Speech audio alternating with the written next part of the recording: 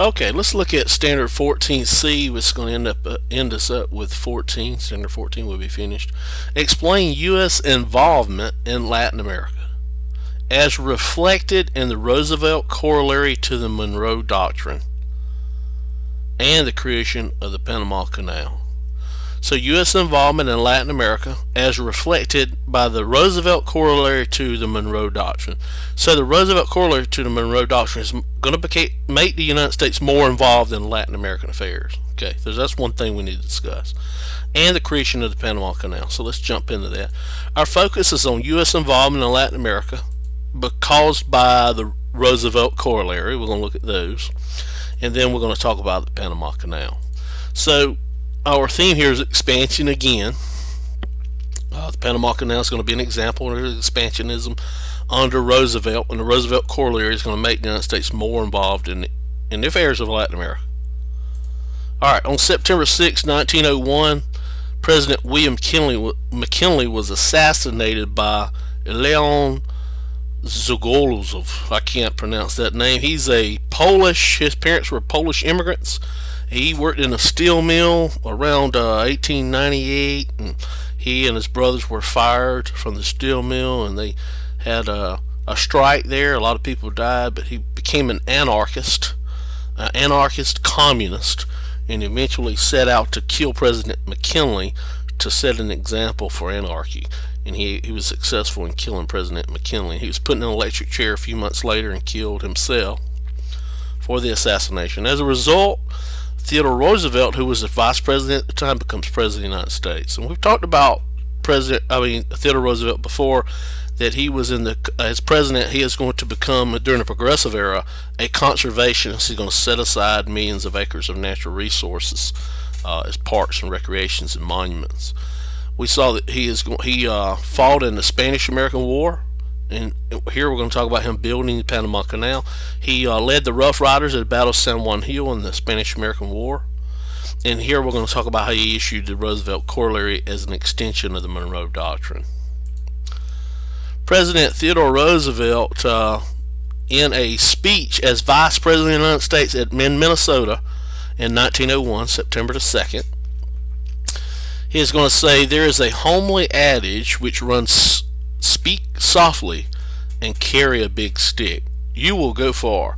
If the American nation will speak softly and yet build and keep at a pitch of highest training a thoroughly efficient navy, the Monroe Doctrine will go far." This is a speech that he gave, speak softly and carry a big stick, and he refers to the Monroe Doctrine and the efficient U.S. Navy. And because of this, in U.S. history, we refer to his foreign policy as big stick diplomacy. And we refer to this big stick as the new steel United States Navy that we call the Great White Fleet. So by the time he becomes president, we have this huge fleet of Navy vessels made out of steel, up-to-date modern technology for the time, and we call that Navy the Great White Fleet. And they actually went on a world tour to show their mighty power. And this shows back to our United States becoming a world power. So big stick diplomacy is his foreign policy.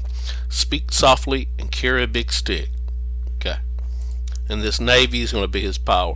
Alright, let's turn to Roosevelt Corollary. Okay. If you recall, in 1823 we talked about the Monroe Doctrine, where James Monroe warned European nations not to try to colonize in the Western Hemisphere. And we said the reason he did that is because Spain had lost a lot of its territories as a result of Napoleon Bonaparte in Europe, and that after Napoleon Bonaparte had been banished to the island of Elba and that was over with, there was fear, United States feared that European nations would try to come back and recolonize Mexico and a few other Spanish, Mexican, or Latin American provinces had recently declared their independence, try to take them back. So he issued his Monroe Doctrine, and he warns European nations to stay out of the Western Hemisphere. And we said the speech was to discourage Spain and France from reconquering those colonies. And in 1852 it's going to be called the Monroe Doctrine. European powers could no longer colonize interfere with nations in the Americas, and here's the speech here, 1823. The American continents, by the free and independent condition which they have assumed and maintained, are henceforth not to be considered as subjects for future colonization by any European power. And that was by James Monroe. And we said that that policy back then when we were studying, that policy is going to become a cornerstone of American foreign policy in the Western Hemisphere, and that by 1900 this statement would be used to lay a foundation of U.S. intervention in South America or Latin America. Alright, and we said at the time it was given, it was really unilateral, it was weak because we didn't have a navy or anything to defend Chile, Peru, or Mexico from European powers, and that we really had no one else to support us. We didn't have the force of law. But at this time, when Teddy Roosevelt or Theodore Roosevelt becomes president, we do have a strong navy. And what corollary, the word corollary means, it means a statement that follows readily from a previous statement. So Theodore Roosevelt is going to add to James Monroe's 1823 statement, but he's going to add to it the force or right of naval intervention in Latin America with the Navy to protect the Navy. So let's look at it this way. All right, the Monroe Doctrine in itself was a statement against the intervention of European powers in the affairs of the Western Hemisphere. That was it. What the Roosevelt Corollary is going to do is add a statement to this, but it's going to justify or give justification of unrestricted American right to regulate Caribbean affairs, those countries in the Caribbean, and back up that regulation with a strong steel navy. In other words, we're going to go and intervene in those areas. So let's read the Roosevelt Corollary. That's the only way we're going to learn from it. Alright, so Theodore Roosevelt in his 1904 State of the Union address, he's going to give a speech, and it's going to later be called the Roosevelt Corollary. Here's the first part of it. It's 3 parts here. There is as yet no judicial way of enforcing a right in international law. When one nation wrongs another or wrongs many others, there is no tribunal before which the wrongdoer can be brought. Until some method is devised, a sufficient armament would have to be kept to serve the purposes of international police to repel any wrong. In other words, he's given justification for having this strong steel navy, this great white fleet, and he's saying that if one nation wrongs another or many others, there's no international tribunal or court to bring it to, so we need to have a strong navy so we can keep peace in the Western Hemisphere. In other words, to serve as international police officers, so to speak. Alright, in the second part he says, if a nation shows that it knows how to act with reasonable efficiency, he's talking about these nations in the Caribbean and in Latin America. If a nation there shows that it knows how to act with reasonable efficiency and decency in social and political matters, if it keeps order and pays its obligations, it need fear no interference from the United States. He says, so if these countries in Latin America and in the Caribbean can pay their bills to these European powers over in the Eastern Hemisphere and then behave themselves, they don't have to worry about the United States interfering in their affairs. Okay? But Venezuela at the time owed money to Great Britain, and some of their ships attacked some British ships, and Theodore Roosevelt was afraid Great Britain and other nations would be coming over into Caribbean to colonize again, so he's going to make this speech here. Alright, then he says, chronic wrongdoing, or an impotence which results in general loosening of the ties of civilized society, may in America, that's within America itself, as elsewhere, ultimately require intervention by some civilized nation. And in the Western Hemisphere, the adherence of the United States to the Monroe Doctrine may force the United States, here's what he adds, may force the United States, however reluctantly, in other words, we don't want to, but we're going to have to, in flagrant cases of such wrongdoing or impotence, to the exercise of an international police power. In other words, as a police power internationally, we will have to go in and intervene in those affairs in Latin America. And here's a cartoon that symbolizes what this Roosevelt Corollary did. It shows the United States as a police officer or a constable, that's what a police officer is, and here's all these little Caribbean islands. Here's Europe over here trying to get to these islands, but he's going to keep peace between these two and protect this area. So what this Roosevelt Corollary is going to do is expand the role of America in Central America and in the Caribbean. In other words, Latin America. We're going to become more involved in the affairs of Latin America. In other words, we're going to go beyond what the Monroe Doctrine gave. So the corollary is an addition to the Monroe Doctrine by Roosevelt, and it's going to expand the role of the United States in the Caribbean and Latin America. So we become a world power. And we're going to use this big stick that we're going to use peace with is this Navy. And so the Roosevelt Corollary announced this addition, stating, referring to Central and South America, that the United States had a right and the need, if it had to intervene in international affairs or internal affairs of the states in the Western Hemisphere if they did not get their own affairs in order. And here's a cartoon showing the U.S. Steel Navy. Here's Teddy Roosevelt. Here's this big gun here, and on the end it has Monroe Doctrine. Here's a European power trying to mess with the Republic of Santo Domingo.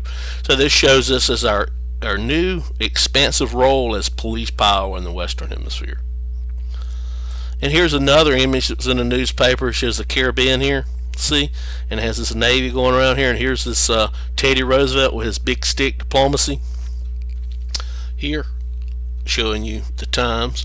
And here's one of the Navy ships. I think it's the USS Kentucky, if I'm not mistaken. And here's a cartoon showing you Roosevelt's Corollary. Here's the Monroe Doctrine, but here's the ships, the Great White Fleet, the Roosevelt Corollary, that we would use these and intervene. And here's the European powers looking on. So a lot of people in America backed Teddy Roosevelt and said, you know, our expansion into the Caribbean and into Latin America down here really is needed because and it was justified as a need to protect United States business interest in this area, because the United States business had invested a lot of money in coffee and cocoa and sugar, bananas and fish and all in the Caribbean. And they said that, you know, they supported Roosevelt, these business interests supported Roosevelt, and said that the U.S. businesses there and industry there and property throughout the Pacific Ocean and here in the Caribbean needed to be protected by that Navy. We needed to do this. So they're going to support and justify his use of expansion in these areas for that reason. All right, let's turn to Panama Canal. This new Steel Navy and this big stick diplomacy is going to be used by Roosevelt to kind of bully his way into getting the Panama Canal.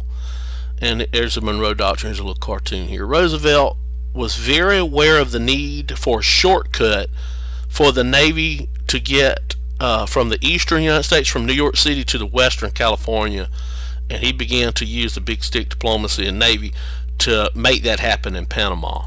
So if we look for the Panama Canal, it's right over here. Here's the Caribbean, and here's the Pacific Islands over here, and here's China.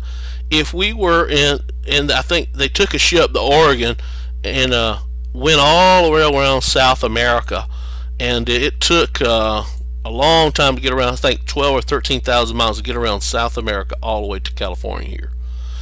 And Roosevelt and a lot of other people said that, you know, if we could shorten this route by getting a shortcut right through here, right through the Panama, this small isthmus, and an isthmus has a small strip of land with ocean on each side, the Isthmus of Panama, we could shorten our trip by 8,000 miles, and that could get us to California or get us to these islands over here, China, a lot quicker. So Congress passed legislation that said that the president could go into Panama or ask Colombia, or go into deal with Colombia to get the Panama Canal. Excuse me. So the Panama Canal is a small isthmus or strip of land, and they want to dig a canal right through here to get from the Caribbean Sea to the Gulf of Panama and then to the Pacific Ocean, to move ships through there, whether it be naval ships or whether it be ships going to market.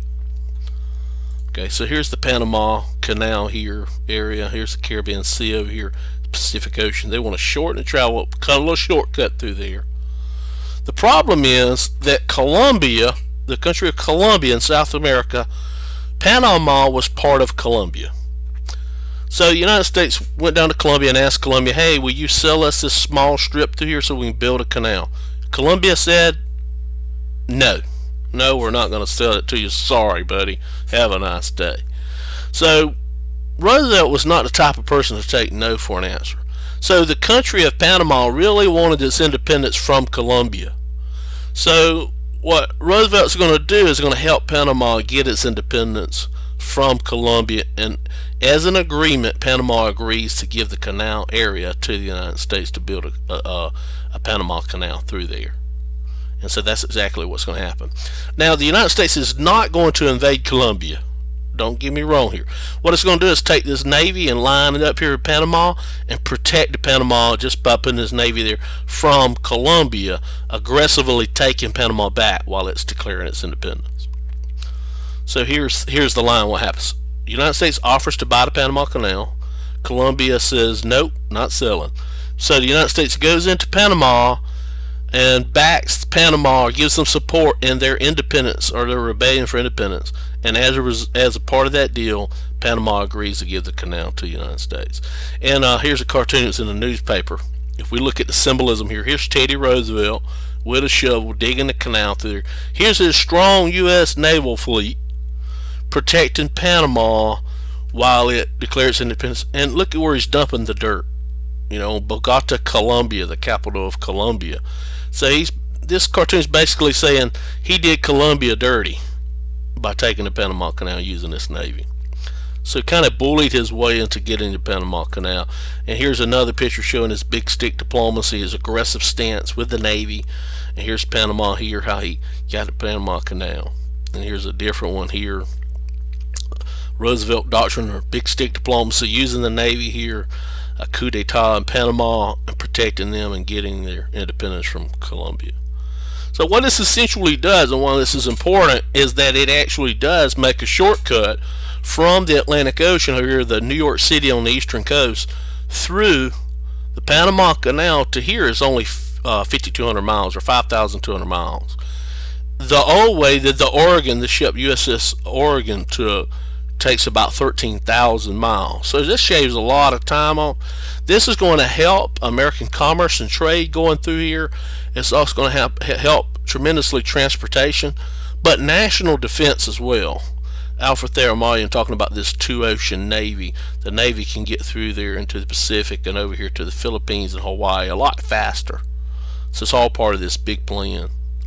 And here's some pictures of the Panama Canal where it was being dug out through there. Here's a picture with Teddy Roosevelt actually sitting on one of the machines that was digging the earth. There he is there. And here's where some of the locks were being built through there. And here's where they were digging this area, Panama Canal. Shows a ship being pulled through with a tugboat early off. And then here's where some of the locks are. Here's a battleship coming through here, through the locks in the Panama Canal. This one shows two more other ships coming through there. And what's interesting is how the different levels going across the Panama Canal are, where these locks, Gaton locks, Pedro Miguel locks, and the Miraflores locks, you have to lift the ship up and down to get it through their Panama Canal. So they have these locks, you know, they put water in there to lift it up, and then on the other side to take water out so you can bring the ship through there. And there's the Panama Canal there, and that ends our objective here. I think we've done what we set out to do. Let's see. Explain U.S. involvement in Latin America. It expanded because of Roosevelt Corollary to Monroe Doctrine, and we created the Panama Canal. Ask questions in class, raise your hand, good luck on the quiz, the test, the EOCT.